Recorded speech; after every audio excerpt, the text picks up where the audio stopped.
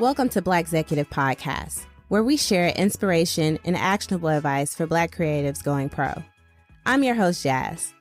With each episode, we'll chat with Black creatives thriving in entrepreneurship, corporate careers, and the nonprofit sector, all while building a network of Black creatives, 6 head nods apart.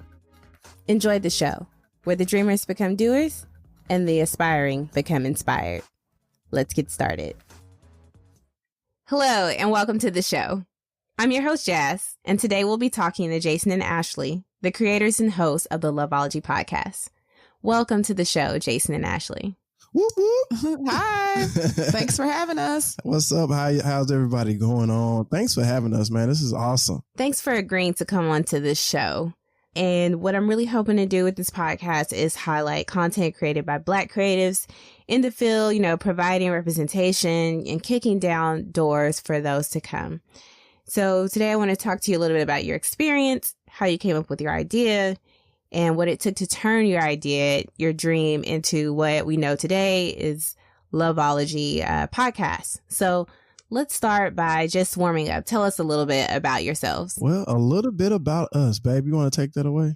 Oh, you can go ahead. Well, we're from a small town in Arkansas called Brinkley, and that's where we grew up. And we, we've known each other for a while. I knew her family. She knew my family. And we just kind of grew up. All right. And I never approached Ashley. But as we got older, I said, man, let me go ahead and quit playing. He saw me grown, out and about, having a good time. He's like, oh, look at dancing her. on folks. So I saw a dance move. I said, let me go and see what's going on. So yeah, we got married and my wife, we want to, staying home from school. You want to tell staying home from work. You want to tell about how we transitioned to the podcast? Yeah. Okay. Well, just a little bit more about us. Okay. We've been married for coming on 8 years in October. Congrats. And, Thank you. Thank you. And we're parents. We have 2 little ones. And we're both veterans. So I just want to throw that in there. Shout out to the veterans. Thank you for your service. Thank you. I was in the better branch, the Navy. Crazy. Jason. Clearly the best force, the Air Force. Jason was in the Air Force. So, yes. So rolling into how we started the Loveology podcast, is that what we're doing? Yes. Okay. How did you come about this idea? Okay, so it originated because after the birth of my second child, I decided that I needed to take some time home and focus on the home and family life. Mm-hmm. And totally her choice, by the way. Yes, it was. I supported whatever she wanted to do. Right. So, I'm definitely a busybody, and I was looking for something that I could, do that would be, something to keep my creative juices going. I have been in the film and television industry, and I had recently been turned on to podcasts.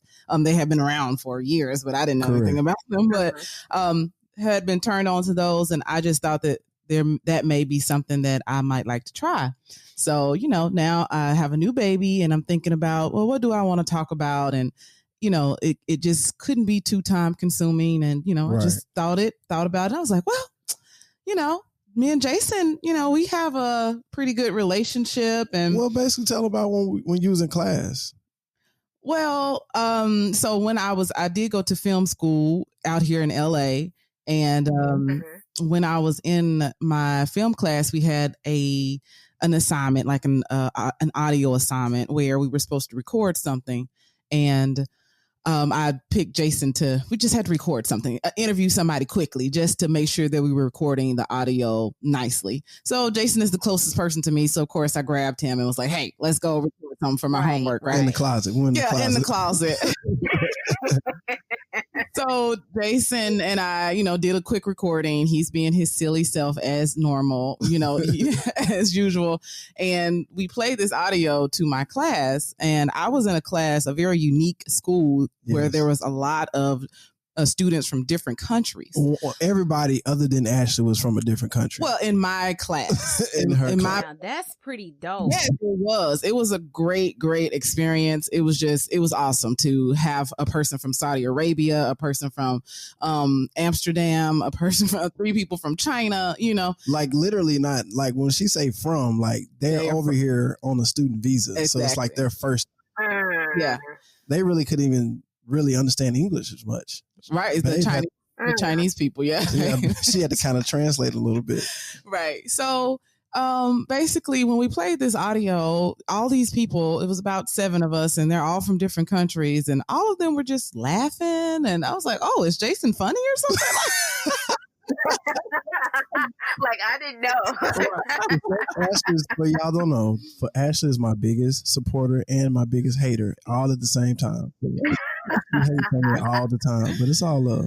Yeah, so basically I'm like, okay, this is very unique that people from 7 different countries, or 6 or 7 different countries, find us just speaking to one another amusing, right? Right. So as I was thinking about some of the things that I could possibly talk about on my podcast, that came back to my memory that, people from different countries found me and Jason conversating entertaining, yeah. Right? And okay, this would be pretty easy for me and Jason to talk and do this together, right? And then I just thought about the things that I was passionate about, and I'm definitely very passionate about helping people. And how could we help? This is my process, right? How could we help people? Well, we seem to have a pretty good relationship. Maybe we can talk about love and relationships. Right. So yeah, that's kind of how it came about. And, I asked him and he was on board with it. But yeah, and I tell people I thought about being a therapist. So, a marriage and family therapist. So I feel like this is kind of me, Right. Yeah. You still living the dream. Yeah. And if you really think about it, what's all going on in the world today? We talk about love, right? And it's titled Loveology. It's the study of love, right? And a lot of things that's going on right now is basically the lack of love. If we love one another as we love ourselves, we're supposed to love your neighbor as yourself, then a lot of this stuff wouldn't be going on. So it's not just, it's mainly we're talking about relationships, but we're talking about self-love. We're talking about boyfriend and girlfriend love. We're talking about, just loving just in general. Yes. So that's what it's all about. Yes, but primarily we are talking about love and relationships, like romantic relationships. Right? Yeah. Yeah. Okay. I don't know if I ever heard the full story about the class and everything. So it's really informative to hear about how this one thought became this actual tangible thing. Like y'all set out a goal and then you accomplished it. So can you talk a little bit about that? Like, how did you go about preparing for your first episode? Because it's one thing to kind of have this idea of a podcast or a product or a service, but it's another to actually get it done, figure out what you need, your audience, your equipment. So what was the process like, and how long did it take for you to go from idea to episode? Well, let me start off because first of all, my wife is the super planner of us two. So when we first thought about this, and I was saying, hey babe, I'm just gonna come in, I'm just gonna record, and I'm done. I'm not gonna be dealing with all this editing. I'm not doing this, right? I'm just gonna come in and record. And so what happened, we literally just, I guess, fell in love with it, you know what I'm saying? And so it grew to something else. So now I'm way more involved than I thought I was gonna be. But my wife, just to answer the question, my wife came up with all the plan and everything. So, babe, how did you come up with that process? YouTube. Basically. So it started off with research. Everything, you got to do your research. Once I had the topic in mind, I just, went to the great internet and, researched like what were the steps in creating a podcast. I had already figured out what I wanted to talk about, now I had to figure out how often we want to release it and what type of equipment we needed. So I just did some YouTube searches. I love YouTube. It's a wonderful resource, right? Oh, yeah. So I said, YouTube, my daddy. YouTube taught me how to do a lot of different things. So shout out to YouTube. Yeah. So yeah, just went to the internet, started researching. We found some equipment, and I was familiar with a lot of things because I did go to film school. So I was familiar with, what type of microphones we may need, extension cords and things like that. But honestly, the internet, I just did a massive amount of research, decided which equipment we were going to buy, purchased that equipment, and, got started. Figured out what platform we wanted to stream the podcast on, and Jason, is awesome with all of that stuff. So he figured it out. He watched YouTube videos, and I had to take my credit where I can get it. Thank you very much. And that was pretty much it. Like, just did the research, and I did set a time frame, that I wanted to release, and I don't think we hit it, but we hit it like a week after, right? Like we actually pushed out the first episode maybe like a week or two after. So I do think that's important, right? Like setting a time for yourself and say, I am going to do it. It's not going to be perfect. Some of this stuff we will figure out as we go. I did as much research as I could, but once we got to that date, I'm happy I set that date that I wanted to, go ahead and release this podcast, because otherwise I would have been trying to perfect things and perfect it some more. And sometimes, analysis paralysis. That's what Jason says. Yes, stay away from it. Look, like that defines my life. I need to write that down. Analysis paralysis, because I go through it. Oh, go ahead, Jason. No, I was just gonna say, with affirmations definitely help out, because we kind of moved through the process pretty quickly too.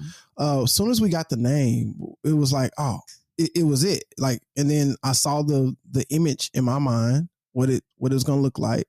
I knew what it was gonna look like before we put it down, so we didn't even have to tinker with it. It was just, let me get it to look like what I thought in my head, and then that same weekend, we called a lawyer to get it trademarked. And it took like a whole year for it to finally come back. But we have a registered trademark. But and I like to say this affirmation is, I am always under direct inspiration. I make right decisions quickly.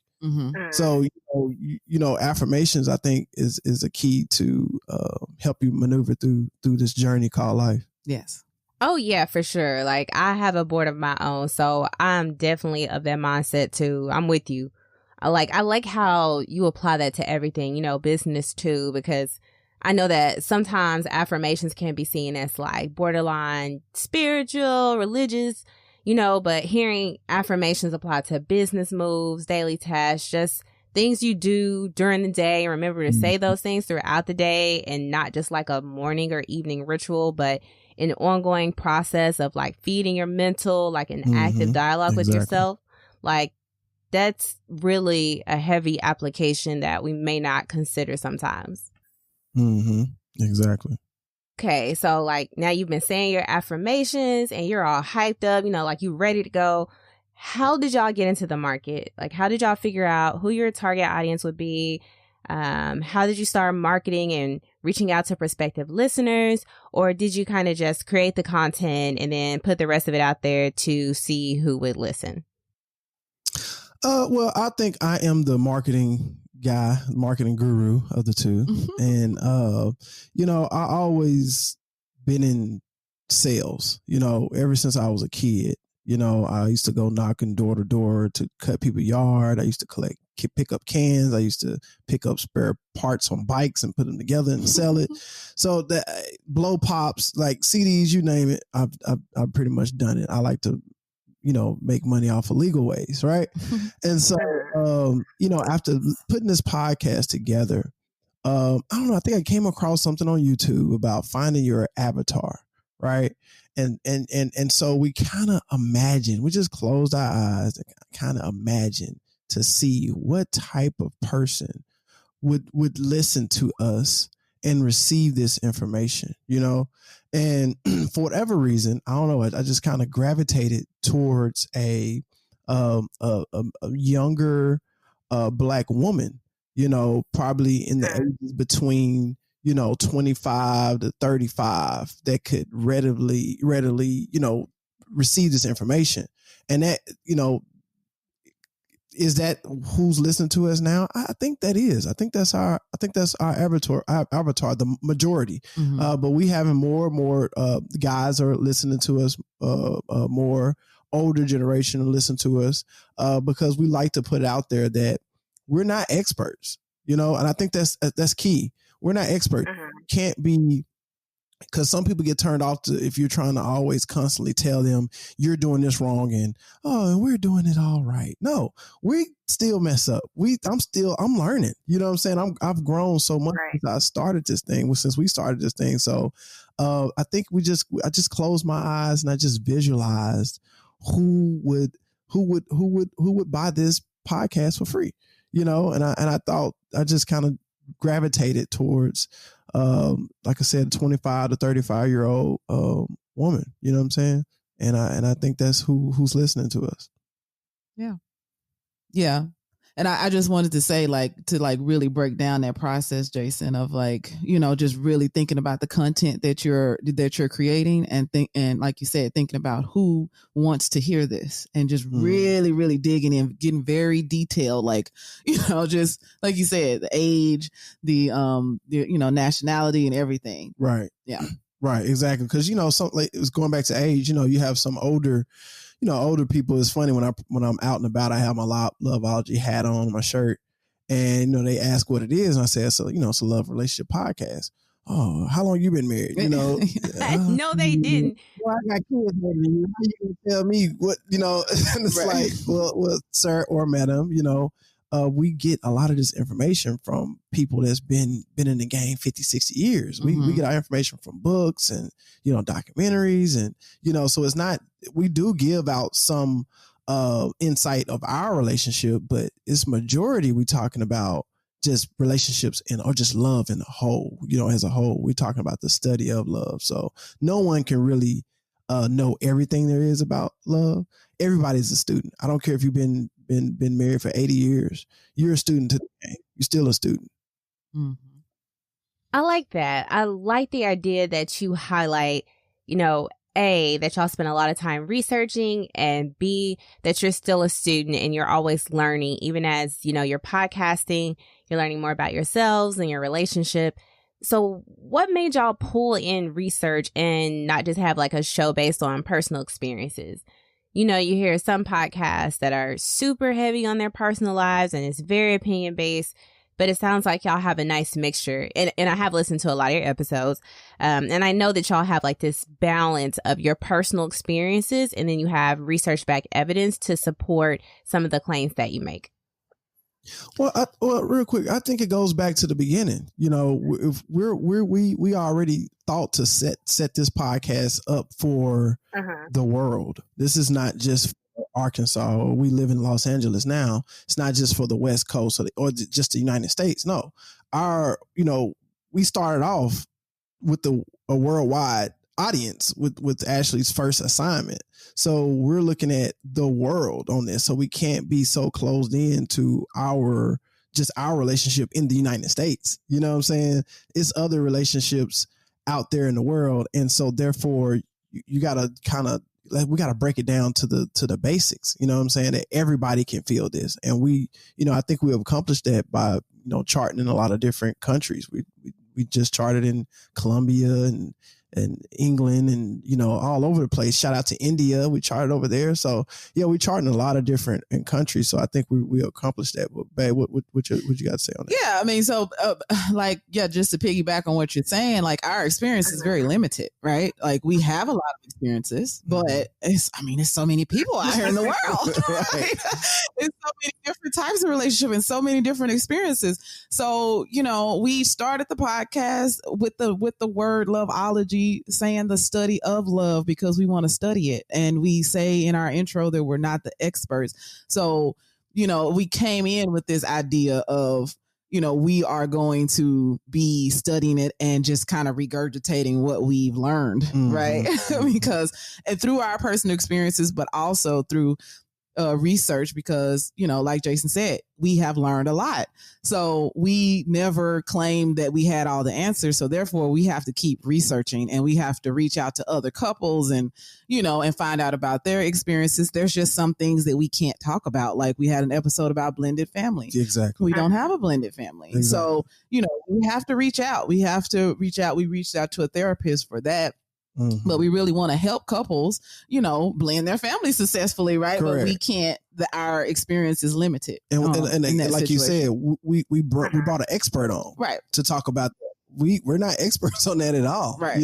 So when we talk about these other different topics, it's not, like I said, it's not just from us. Sometimes we'll have an expert come in and actually be on the show, but we definitely get the information from an expert or someone that is deep into that lifestyle. Yeah. And then I'm also just a very curious person, and just because this is the way that Jason and I operate, may not be the best way, or maybe we are uneducated about something, and I'm very serious about the type of advice that I'm giving out to people, right? And so I just want to make sure that it's very solid. So based on my experiences, maybe that's not, the most solid advice. So I want to go check out what some therapists or elderly people. We read a book about, some of America's oldest couples and what their experiences were, and they've been married for 30 plus years. Well, I think they got something to tell us, right? This guy he interviewed over how many couples? I think it was 700. Over 700 couples. And on average, those couples was married, like 45 years? It was like 40, 40. Yeah. So you're going to tell me they don't have good information? Mm-hmm. Yes. And so, yes, we reference that book a lot. Oh yeah, for sure. Yeah, so I think it just like, what was the name of that book? 30 Lessons of Loving. 30 Lessons of Loving. Mm-hmm. So I think it just boils down to understanding that we definitely don't have all the answers, and we really want people to have quality content and some good solid information. And we're only one couple with a certain set of experiences, and there's lots of different experiences out there. And for sure. So we want to research from the experts, the therapists and everyone else, and give that to you. Yes. Like, I think that because of the way that y'all approach the show with this hybrid model of research coupled with your personal experiences, and, now you have this international audience, which is exactly what you set out to do. Clearly, it shows that you have a strong brand presence. And I follow y'all, of course, on social media. And I know y'all had like Ludacris shouted out the show, which is hella dope, and that was major. So, like, to reach those heights, how did y'all go about establishing and maintaining the brand? Like, I know y'all have merchandise for Loveology, y'all have live Facebook events. So, how have you gone about cultivating the Loveology brand? Well, I would like to say, it starts off with the content, and my wife, since she is the researcher, she is the one that really put the, she really have the nutrients of the Loveology podcast brand. So for me, again, she's always been a researcher. She's always been a bookworm, right? I'm the opposite. I'm up here. Some would call a hustler, right? But I'm an entrepreneur. I'm an entrepreneur by heart, So I can sell anything as long as I believe in the product.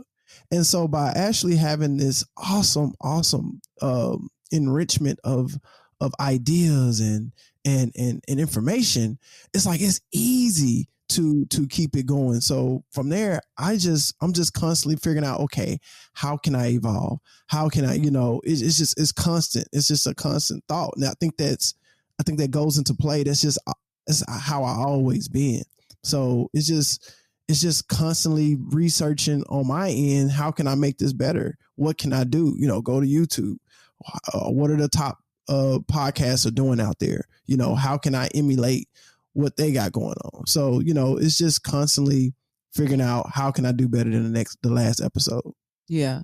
And I think for me, it definitely starts with having a clear vision in the beginning, like really taking some time to really have a clear vision of what we want and what message we want to, put out there to our audience, and just keeping that vision in mind. If you have to write it down, sometimes I do look at something that I've written of what the purpose and the vision of this podcast is, to remind me, so my content doesn't, veer too far off. And like Jason is saying, basically, because, we try to keep that content very, very focus on what the vision is. Your branding just comes naturally from that, right? So, and I also think consistency is a big deal. And Jason, I got kind of tired at one point, and I was like, "Woo, I need to take a break." Like, no, babe, we gotta keep pushing. Keep that momentum going. You gotta keep the momentum going. So we haven't stopped since we started. Yes. Every week we pump out an episode. Yes, and I can see that it definitely, with us being unknown and trying to make a name and a brand, that consistency was very important. So I got to give Jason some more props for that. Thank you, boy. I'm on a roll. Well, that's two. More props for that. But yeah, if you're unknown, that consistency is very important. People need to be able to depend on you and to know that, you're if we say we're doing a weekly podcast, they need to depend on that. So and just to throw this out there, like I said, I'm the marketing guru, right? So, if you're starting a podcast and you want to put it out there, I love Facebook, man. Facebook has a wide range. Don't get me wrong, Snapchat and, TikTok right now is good. It's great. Add those. But I think Facebook should be your base, because you can easily go on there and I can search podcast groups, or I can search love and relationship groups. I can search all these different groups, join them, right? And become active in their groups. And every time I come up with an episode, every time we come up with an episode, guess what? I'm posting in every last one of those groups.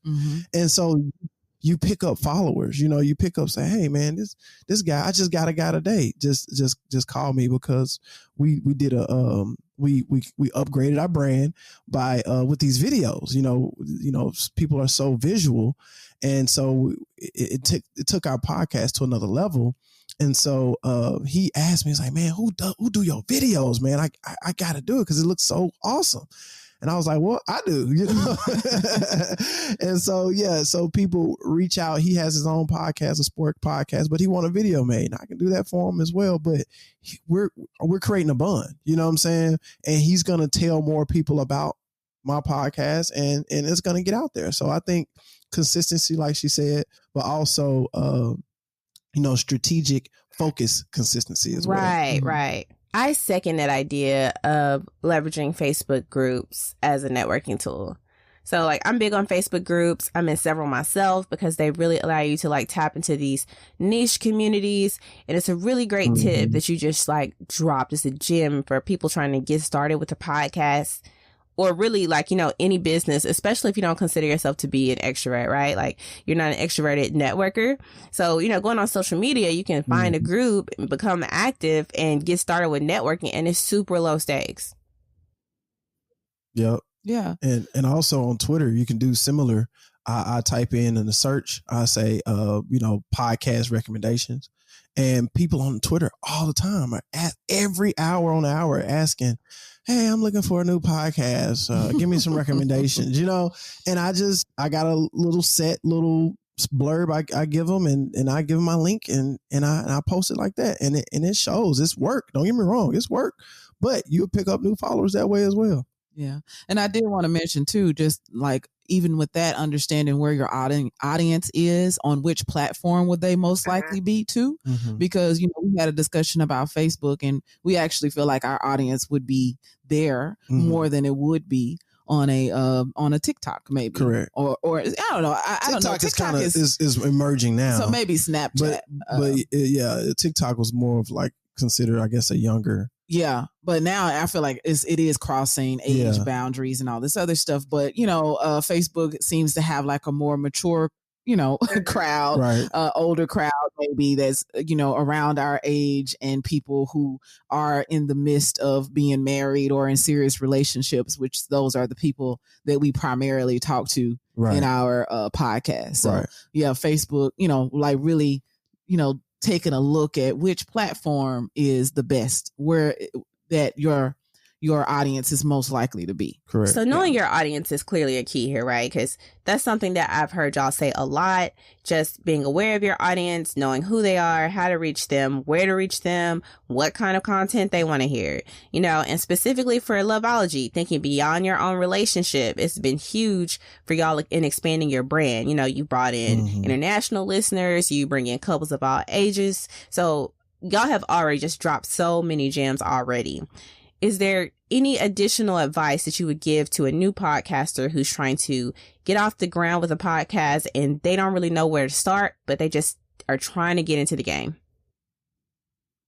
Shoot, yeah, man, you got to fall in love with your topic. You got to be in love with it, because, sometimes when you think about love, you have to keep no record of wrong. You have to have faith in what you believe in. And even though it may not be moving, you may only have one view for the whole week, but it's not about that view. It's about you, right? You got to go inside you and fall in love with what you're doing. And you're going to continue to push out what you're pushing out because simply you love doing what you're doing. And eventually, if you just keep doing what you're doing and keep doing it consistently, I recommend every week. Just carve out some time where you do your research and you do your recording and push it out. And I think, you have no choice but to pop, and if you know that one of my mentors, Master P, he says no limit to what you do. So if you really feel like it's no limit and you believe that, like, it's going to grow on it. It's just going to do what we're so powerful and our tongue is so powerful. We don't really understand it. And it's like, just do your affirmations, do what you do, believe in it, love it, and it's going to grow. I second that. I feel like that's like the best piece of advice. For sure. And if you starting off, I recommend record like 10 shows. Go ahead and get those shows in the books before you launch, right? Record about 10 shows. And when you launch, now you can drop that first episode, and then the next week you can drop the second episode. So you have somewhat of a cue, so you don't have to be you're not in the groove yet because you're just getting started, right? So we don't have a cue. We started out with a cue, but we don't have a cue. Everything we do, my wife, she's like I said, she's a expert researcher. She puts stuff together so fast, and she reads these books, listens to the audio books, and she I don't understand how you read the book so fast. I'm not a bookworm, I'm an audio book worm, I guess you could say. I'm a video worm, but she pumps them out some really fast. So, but we've been in the game for over a year now. You see what I'm saying? So I think getting that storehouse of content before you launch, and then kind of finding your groove and just try new things and all that good stuff, and you'll figure it out. It's gonna make its way out. It's gonna figure itself out. Don't worry about it. Just go. Yeah.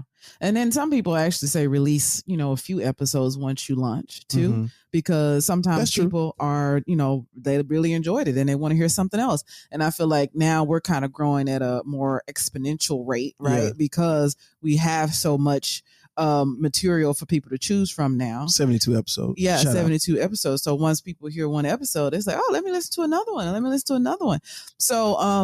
So yeah, I think that's another tip that maybe you may, think about. Go ahead and dropping 3 or 4 episodes when you launch to give yourself a strong, so people can binge on it. Yeah, and send to their friends. Just have a different material to use.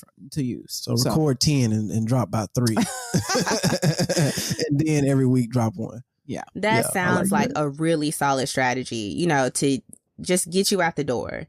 I know sometimes you just need to get it done, just do the work. Let me say that again. Just do the work. Like any side hustle, hobby, or new interest that you pick up is so easy to get discouraged. Like, especially like you said, Jason, if you have like one view for the week and it's like, you know what? Maybe I'm not a podcaster. Maybe I don't want to do this.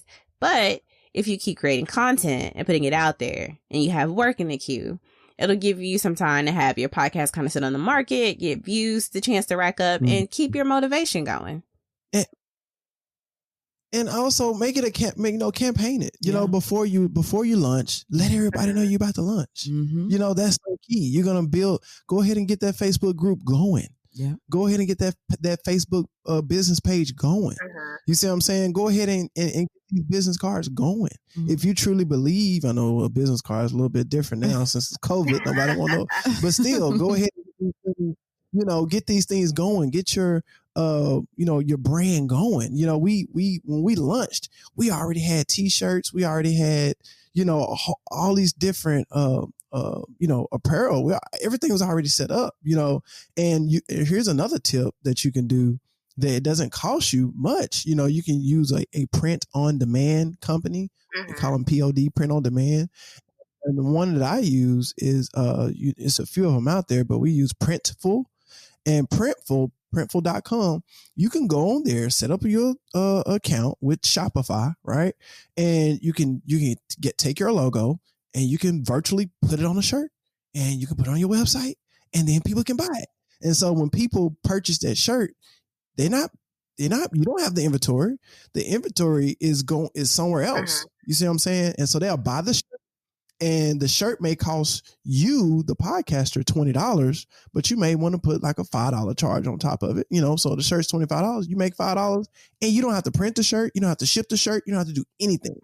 You see what I'm saying? So you can set this inventory up before you even launch.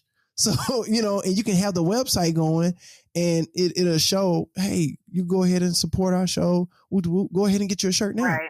You know what I'm saying? And then once you launch, people can start taking pictures of your product before you even launch. And it's like you can start building the buzz before you even go. I think that's a good way to go at it. Yeah. Yeah. Thanks for really dropping those gems on monetization. A lot of times as creatives, we want to do what we love, but we don't always immediately know how we can make money off of it, And it kind of becomes like this side project because you don't know how to monetize it.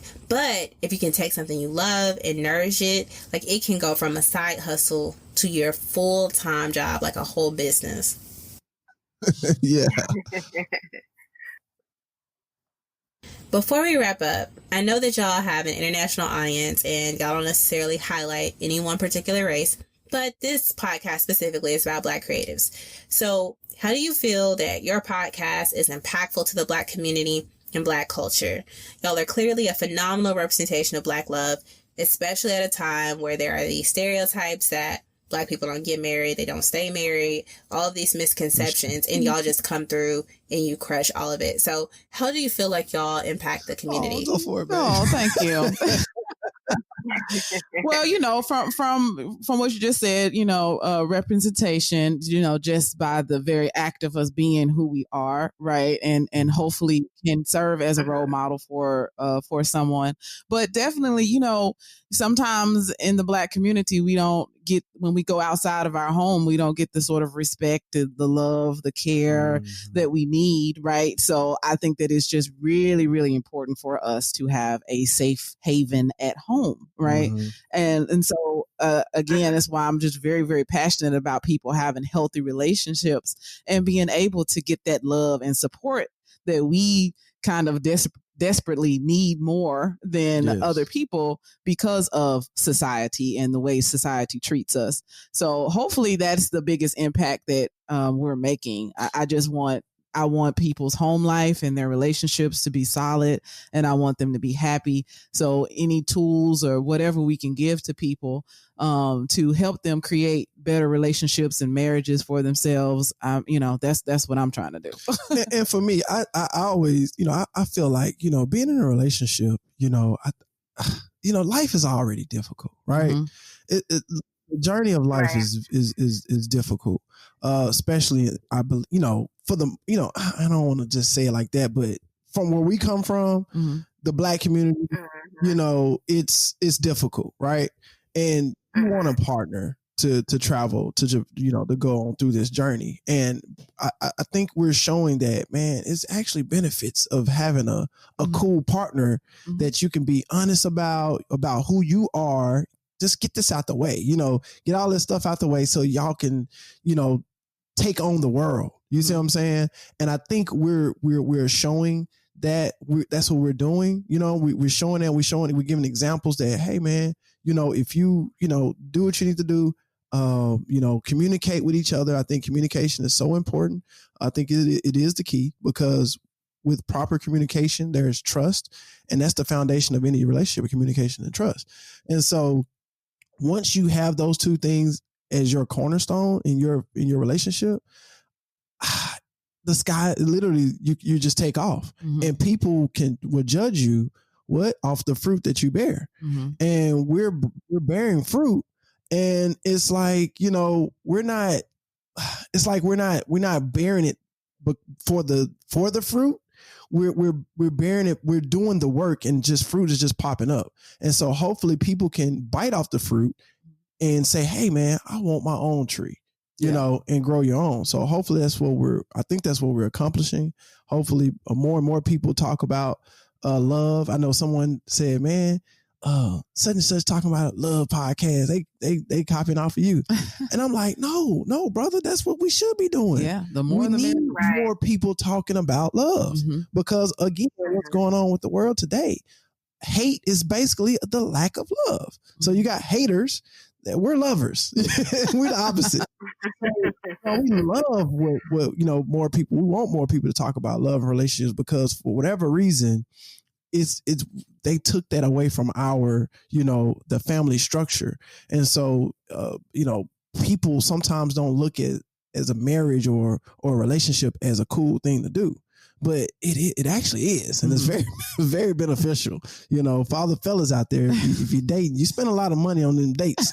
But when you get in the marriage, or you just stop spending money on your wife. Is that what you're about to say? Stop, but look, our money get pooled together. Yes, it does. And now that date is half off. But it depends on how you put your, it depends on how your finances, because obviously it's, we do the pool, but other finances for, different people do their finances differently. So whatever works for you, but right. In our relationship, we pool it together. Yes. Yeah. Now, I'm sure the listeners have enjoyed listening to y'all today, and definitely hearing the chemistry that y'all have and how y'all bounce off each other. So if people want to know more about Loveology and tune into your podcast, where can they find you? Man, basically, you can go to loveologypodcast.com.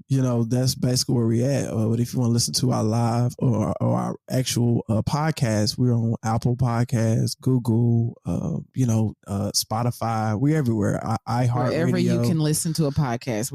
If you don't have those apps, like I said, you can go to loveologypodcast.com. There is a media player on there as well. So that's where we're at. And then we also, we like to we do live discussions every Wednesday. So you have the actual episode that you can listen to, which comes out every Monday or Sunday night. But then we want to talk about it, because we want to hear from you. Again, on the intro, we talk about we'll tell you what we learned, but you can share what you learned as well. We can all grow together, so we learn from these live discussions. We get to sit down and talk and, have just a free time, 30 minutes. And we do that on Facebook. So loveologypodcast.com to answer the question. Yeah. And some of the other social media on Instagram, we're Loveology Podcast. Yeah. And on Twitter, we had a little. That's the only one where it's different. Twitter, it was too many characters. You know what I'm saying? So. Yeah, a little bit. So it's Loveology Podcast without the T. Get that T in there. Could get the T in there. We was gonna do PCast, but it was like, nah, Loveology Podcast without the T. And Loveology Podcast. Everywhere else is Loveology Podcast. YouTube. All one word. Loveology Podcast. Yeah. And y'all, make sure you cop a Loveology shirt. They're super comfortable, and we love those shirts in this house. We have a few. My guy wears his all the time, to the point that it's like, can you wear a different shirt today, babe? Like a different shirt. That was part of the strategy. I really wanted to have a very comfortable, very expensive shirt. But we're giving it to you guys at a less what's the word I'm going to use? I don't want to say discounted. Yeah, just a more affordable rate. Yeah, affordable. Yeah, right. Because we use Bella and Canvas material, so check that out. But yeah, it's very comfortable. And but we give it to you for the low, basically. Yeah. And just to kind of shoot back to that branding question, because the t-shirts is a big branding thing, right? Like people walking around with your, logo, and people are going to ask, "Hey, what's that?" And so, and if it feels great, then you're going to wear it more. Yeah, exactly. And if you wear it, people are going to see Loveology more. That's what it's all about. Right. Yeah. Check box, because our household is a walking promo over here for sure. Appreciate it. Well, thank y'all so much for taking the time to talk with me today. I know that y'all provided so many gems for me as I start this podcast journey, as well as listeners looking to get into podcasting, or maybe they weren't at first, but now they are. Maybe you've inspired them to do that. And if none of those, I'm sure you have enticed people to definitely tune in and listen to Loveology. For sure. Thank you. Well, again, thank you for having us. Oh, yeah. Thank you so much. This is awesome. I love it.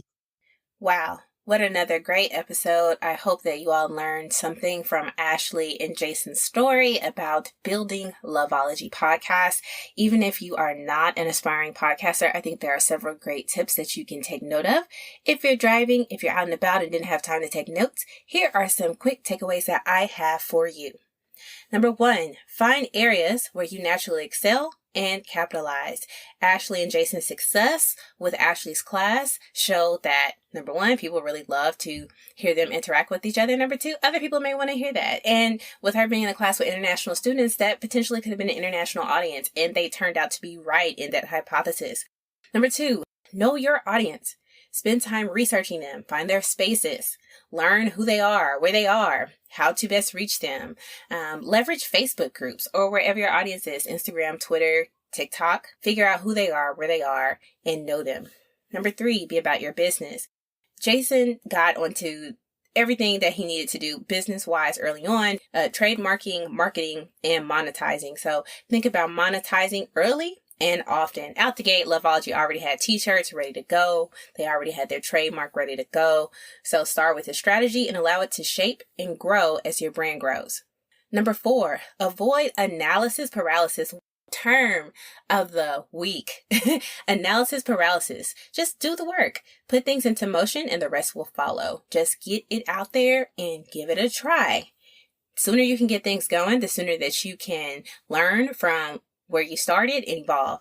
Number 5, maintain the attitude of a lifelong learner. Always look to learn something new from someone else and others' experiences. Use that to perfect your craft. You'll never know it all, and that's cool. Research, reach out to people, and take notes. Jason and Ashley admitted, hey, they've been married, maybe a drop in the bucket compared to couples that have been married decades, but we all have different experiences, and there's always something you can learn from someone, no matter the age, no matter how little the experience they would have had doing something. They may still have had an experience that is very valuable to you, and vice versa. You should always be open to learn from others' experiences.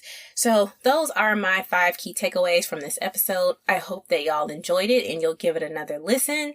That will be all for this week. Until next week, aspire to inspire. Thanks for listening to another episode of Blackxecutive.